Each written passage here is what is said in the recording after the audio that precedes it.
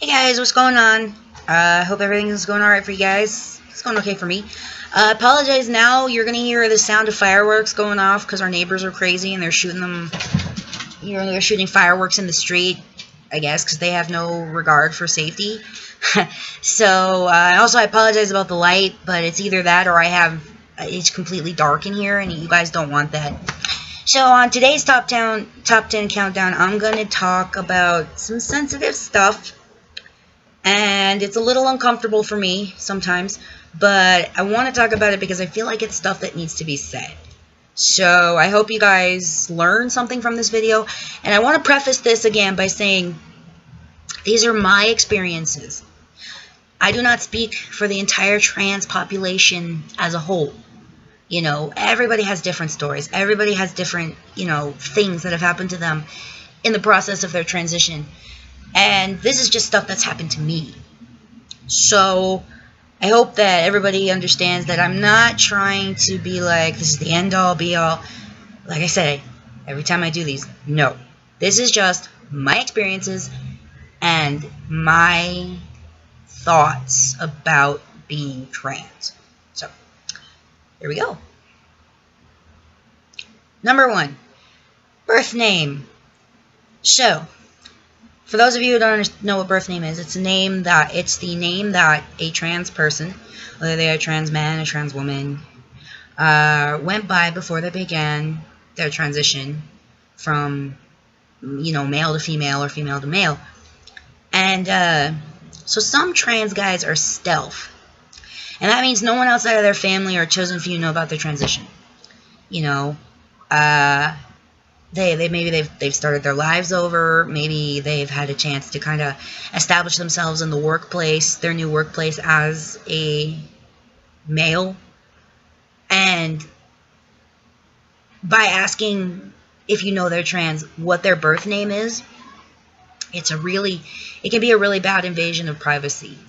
Like, there are still some people, my grandmother, for example, who passed away, still called me by my birth name because she's 91 years old and had dementia and didn't understand that I wasn't her granddaughter anymore. But, by using someone's birth name, it can be a really dark association with that. And it can trigger major issues like depression, anxiety. It can cause their dysphoria to skyrocket through the roof. Not only that, it's really considered an invasion of privacy. So you definitely shouldn't ask anything like that.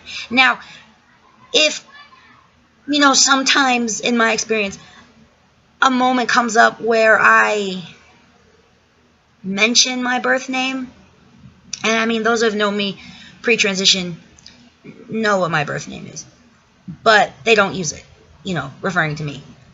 And my mom, I kind of let my mom slide on that one because she's my mom. She raised a girl, not a boy, and she's working on it. She's working on it. So are my sister. So is my younger sister. My twin's working on it. Everybody works on it. But the biggest thing is don't ask them what their birth name is.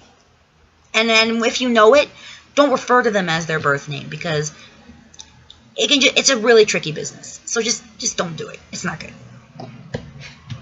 Number 2. How they pee. Would you ask a cis man how he pees? Would you? Would you go up to a biologically male guy and be like, hey, how's your dick work? Does the urine come out through the urethra? Is that what happens? No. No, you wouldn't. So then why is it where some people that they have this obsession with where trans men, how they pee? Do you pee standing up? What do? Do you lean over the seat? Can you use a urinal? Blah, blah, blah, blah, blah. It's considered invasive, it's rude, and quite frankly, it's none of your business. There's a bathroom sign circulating around that just says, whatever, just remember to wash your hands. And I'm like, yes. Yes. Don't ask me how I pee. Just don't. I had a very uncomfortable conversation once where a friend of my roommate started talking to me about peeing standing up, and I got I got really uncomfortable and really awkward. And later on, my roommate was just like, you don't ask people that question, especially trans people. You know, it's just not, it's not a good idea. And again, this is all assuming you know that they're trans. So people like me, I'm out. I'm not stealth. Everybody knows, you know, for the most part. And, but yeah, you don't ask people that question, you know? And it's like, do you ask a little kid how they do it? And I mean, in the context of toilet training, like, that makes sense. But once they get a certain age, like 5, you know, so why ask me? And for your information, it's none of your business. So don't ask, okay? All right. Number 3, never ask a trans man how we have sex. Warning, warning. If you have little ones, you might want to either mute this part of the video or have them watch something else. Okay, so it doesn't freaking matter how I have sex. Okay? It doesn't. It's not your business. It's not anybody's business but mine and my partner. Okay? And maybe my doctor if I'm having trouble with, you know, my body, or maybe something's not working right. You know, my endocrinologist, he knows that because of the T, I have a incredibly active sex life. Or at least my libido is like skyrocketed through the roof. I'm like a teenage boy. But he's really the only one who knows, and he doesn't ask for specifics. He doesn't ask if I use toys. He doesn't ask if I prefer, you know, this or anything like that. I mean, why ask that question? Do you ask, you know, normal people how you have sex? Like, do you? I mean, if you do, whatever floats your boat, ma'am. But it's considered, again, invasive, rude, and none of your business. Now, I'm going to caveat this, that in my experience, depending on who it is and in what context, I'm inclined to answer an honest, thoughtful question regarding this topic. When I used to volunteer for the Sexual and Gender Diversity Resource Center at New Mexico State University, there was a panel, and it was just after I had come out as trans, and a woman, it was in a health class, and she asked how trans people have sex. And so, because it was in a health class, it was an informative panel, and the woman was actually really polite about it, I answered. Because she honestly wanted to know, she wanted to learn. But if you frame it in a, so do you like toys kind of thing, or, you know, well, who bottoms, or stuff like that. Like, no, just don't ask that question. And again, there's a time and a place for certain questions. Like I said, it was a health class, it was an informative panel, and she asked the question respectfully. So I answered. So, but it's just kind of one of those things that you don't ask in casual conversation, especially regarding a trans person. And a lot of these, you know, these fit towards trans women as well, but I'm talking about it from a trans man point of view. So, again, don't ask how we have sex. If you really want to know, don't ask us. That's what the internet is for, really. And I mean, most of the trans porn out there is pretty bad. But just don't ask, okay?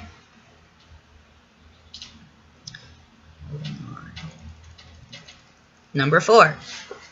I get this question more on the internet than I do with people I deal with in my day-to-day life. Do you still have a vagina? Well, 1, none of your business. 2, rude. 3, thoughtless. 4, inappropriate. I mean, do you ask a woman who's had a double mastectomy if she still has breasts? It's not entirely the same it's not entirely the same situation, but it's the same idea. Why would you ask someone something like that? In casual conversation. Like, I'm not talking, you know, in a panel or in a class or when I'm presenting on gender topics and things like that. I'm talking about conversations I've had with people in a chat room where they just straight up ask if I still have a vagina. And it's like, who cares? Does it matter? I'm still a man. I don't look like every other guy out there, but I'm still me.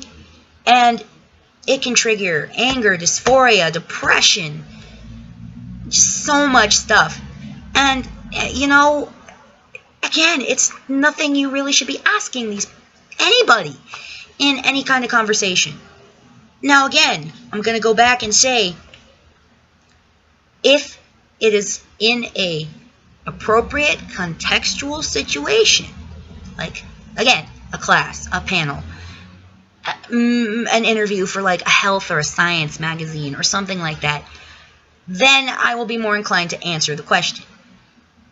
But I've just had random people send me messages in my Tumblr ask box asking if I still have a vagina, and it's like, well, that's none of your business. It shouldn't matter anyway, and just, yeah, don't ask, okay? Alright, number 5. Do you have a dick? Well, yeah, it's dishwasher safe. Just saying. Anyway, but seriously, the current options for female to male bottom surgery are considered medically risky, and honestly, they cannot create a penis that functions like a cisgender man's. They have options where you can, the 2 surgeries that I'm aware of are where they go in and they pull things out, or they build one from a flap of skin from your arm. But again, neither of these function properly, like the way a cisgendered biological male's penis would work. So this means a lot, in my experience, a lot of trans men will never have bottom surgery, and that includes me. However, if again, it's one of those questions that you just don't ask in casual conversation. I don't know how many times I have to get it through people's heads. Guys, it doesn't matter what's between my legs. What matters is how I present myself, how I identify, and that's about it. It shouldn't matter if I have a dick. So what if I do? I'm still a guy, even if I don't. And I mean, it's the same argument for trans women. You know, I know a few trans women who enjoy still having a penis, and they're okay with that. And they have no intention of getting any surgery whatsoever. And they're okay with that. That doesn't make them any less female. You know? So, again, it's just a question that you don't ask in casual conversation. Now, I will tell the story really quick of when I ran into one of my friends back in Yellowstone. His name was Mason. Love you, Mason. And he comes up to me and he goes, dude, I gotta ask you a question. And I was like, okay, sure. He leans in real close and he looks at me and he goes, do you have a dick? I lost it. I couldn't stop laughing. And it was funny because, like, he didn't mean it in a malicious or anything way. Again, we're talking about context. He was honestly curious, and so I answered it. And I mean, you know, when someone's asking me like that, that's fine, honestly. It's like I always say to people, I would rather you be informed by a trans person than make assumptions based on, like, stuff you read on the internet. Or, you know, stuff like that. But in casual conversation, when you first met a trans person, so do you have a dick? Yeah. It's just inappropriate. So don't do it. Number 6. So you're straight then. Alright, we're gonna explain this. Gender identity. This is binary, non-binary, male, female, squirrel kid, whatever. This is gender. This is sexuality. Bi, gay, lesbian, straight, pansexual, gray sexual, asexual, demi-romantic, demisexual, all over here. Okay? This has absolutely nothing to do with this. Okay? Gender identity has nothing to do with sexual orientation. They are both completely different things. So, just because I identify as male doesn't mean I'm heterosexual. Now, am I in a relationship with a woman? With a cisgender woman? Yes, I am. A lot of the trans men I know are in relationships with cisgender women. but that doesn't make us straight. And in my experience, I had a friend who was like, oh, so you're straight now? No. And I looked at her and I said, honey, I'm about as straight as a circle. And that's never going to change. A lot of men, trans men, in my experience, don't identify as heterosexual. And there are many who do, though. And the important thing you got to understand is that gender identity and sexual orientation have nothing to do with each other. Sure, they influence your sexual orientation. I'm not going to lie. And sometimes your sexual orientation might, influence your gender identity. But that doesn't mean they're mutually exclusive. Okay? I know plenty of non-binary trans people who could really just give a fuck. And again, pardon my language, but it's true. They don't care if you're a man or a woman or an ostrich or whatever. They like you for you, and it doesn't matter what their gender is. I myself identify as pan-romantic, gynosexual, which means that I'm romantically attracted to all genders, all identities, but sexually I'm only attracted to women. And when I say women, I mean anyone that female identifies. So, trans women, cis women, non-binary individuals who identify as female, stuff like that. But I get a lot of assumptions that because I'm a guy now, and, I'm dating a woman, I'm marrying a woman. So basically the short version is, don't assume our sexuality is based on our gender identity, because it's not. It's influenced, you could make that argument, and I will agree with that, but it really has nothing to do with it. Number 7. And I get to ask this question by a lot of gay guys. Like, are you sure, honey, that you're not just a really butch lesbian? This question is on the same level about asking us our physical attributes. It's making an assumption about our identities. And a lot of us, depending on where we are in our transition, are still struggling with who we are. By asking us if we're just a bunch of butch lesbians, it really hurts. And my experiences with gay men as a trans man have been generally fairly, positive. But I get the one or two who goes, well, honey, you're just a really big dyke. And as someone who used to identify as a dyke, it bothers me, but it doesn't it does upset me. But it's like, okay, so you assume that just because I still have tits and a vagina that I'm just a really butch lesbian. That means that you don't hold me on the same level as people like you. And that's really hurtful. I'm just checking to see if the cat and the dog, they're fighting a little bit. They'll be okay. So, again, it's making assumptions. A lot of these questions have to do with making assumptions about a trans person. And it's kind of like you do with all people. You shouldn't make assumptions. You can make judgments, but you shouldn't cast those judgments, if that makes any sense either. And it shouldn't matter, what our gender is or anything like that. It should matter who we are on the inside. And by asking questions like question 7, it's really hurtful. And, I know some butch lesbians would be a little bit offended that everybody thinks that trans men are just, butch lesbians that take hormones. And then I know some of them are just like, oh, honey, I've got more balls than you'll ever have. And I will gladly admit that. Alright, number 8.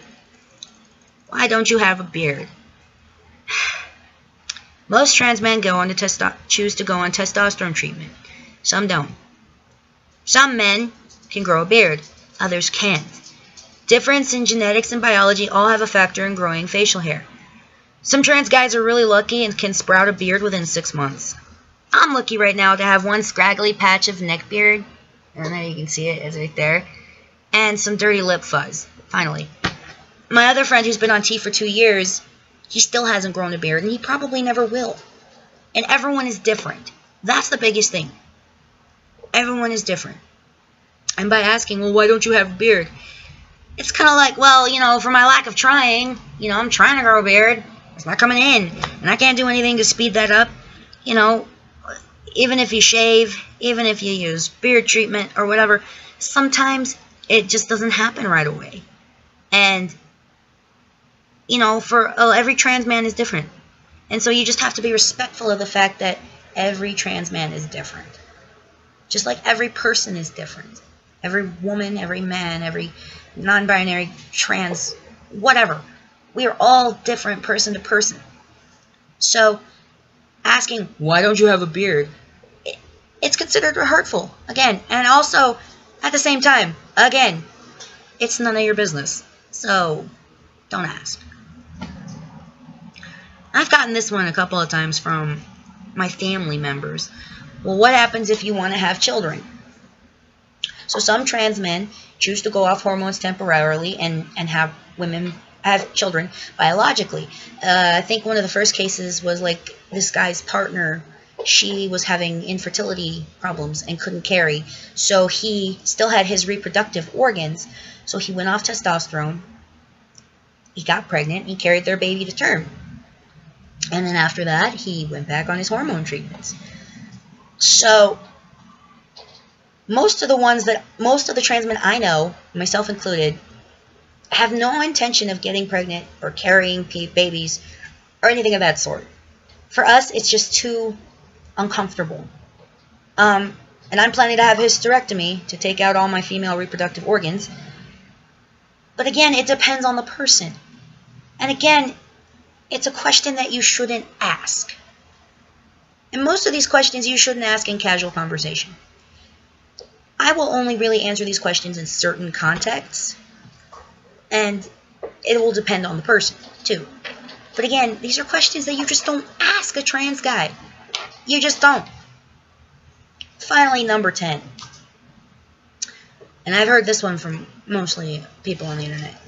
Are you sure it isn't just a phase?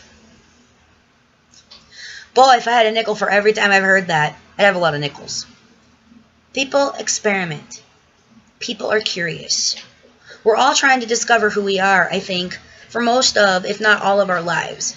There are trans men and women and other LGBTQ plus people who've lost their families, their homes, their children, and in the case of people like Leela Alcorn, their lives, because this is not just a phase. Sure, there are who's who are in a constant state of flux, but honestly, who isn't? A lot of us have sacrificed a lot to get to where we are today. And being asked if one of the most tumultuous journeys of our life is just a phase, well, think about how that would make you feel. You know, if people said to you, oh, well, are you sure just dating this guy isn't just a phase? Or are you sure this hobby that you've dedicated your life to isn't just a phase? You know, you gotta be mindful of asking questions, of saying things like that. So I hope this video has taught a lot of you something. And I hope you guys understand that it is just me, on my little soapbox probably, in my corner of the world, just talking about how I feel about being trans, how I feel about talking to other trans people. Now that being said, depending on things, I'm happy to answer questions if they are presented to me in a respectful, thoughtful, and compassionate manner. I think one of the best examples is if a little kid asks me a question, I'm going to answer it. And I've had, I get the question a lot, especially since I started testosterone. Are you a girl or a boy? And, their parents are like, no, honey, you don't ask that. And I say, no, it's okay. They can ask that question. And I'll tell them I'm a boy, but sometimes I look like a girl. And little kids are the best about this. They're just kind of like, oh, okay. And they go on with their day. And if someone is genuinely curious about parts of my transition, and you want to ask, you can do it. As long as you treat me like a person. I'm not some kind of science experiment to be studied and poked and prodded at. I just want to be treated like everybody else. So if you have questions, you can ask. It's okay. Just make sure that you try to reframe it respectfully. You know, if we've just met and you start asking me these questions, I'll be upset. And I won't answer these questions. And I'll probably, end our conversation there. But if you honestly present the questions in a respectful and kind manner, then I will answer them in a respectful and kind way. So anyway, that's it for this top 10, guys. Next time I'm going to try to do something that's not so depressing or anything. If you guys have any questions, feel free to shoot them in the comments box below. You can find me on Twitter, Instagram, Tumblr. So yeah, feel free to hit me up and ask questions, because I'd be happy to answer them. And I hope you all have a great 4th of July weekend. So take care.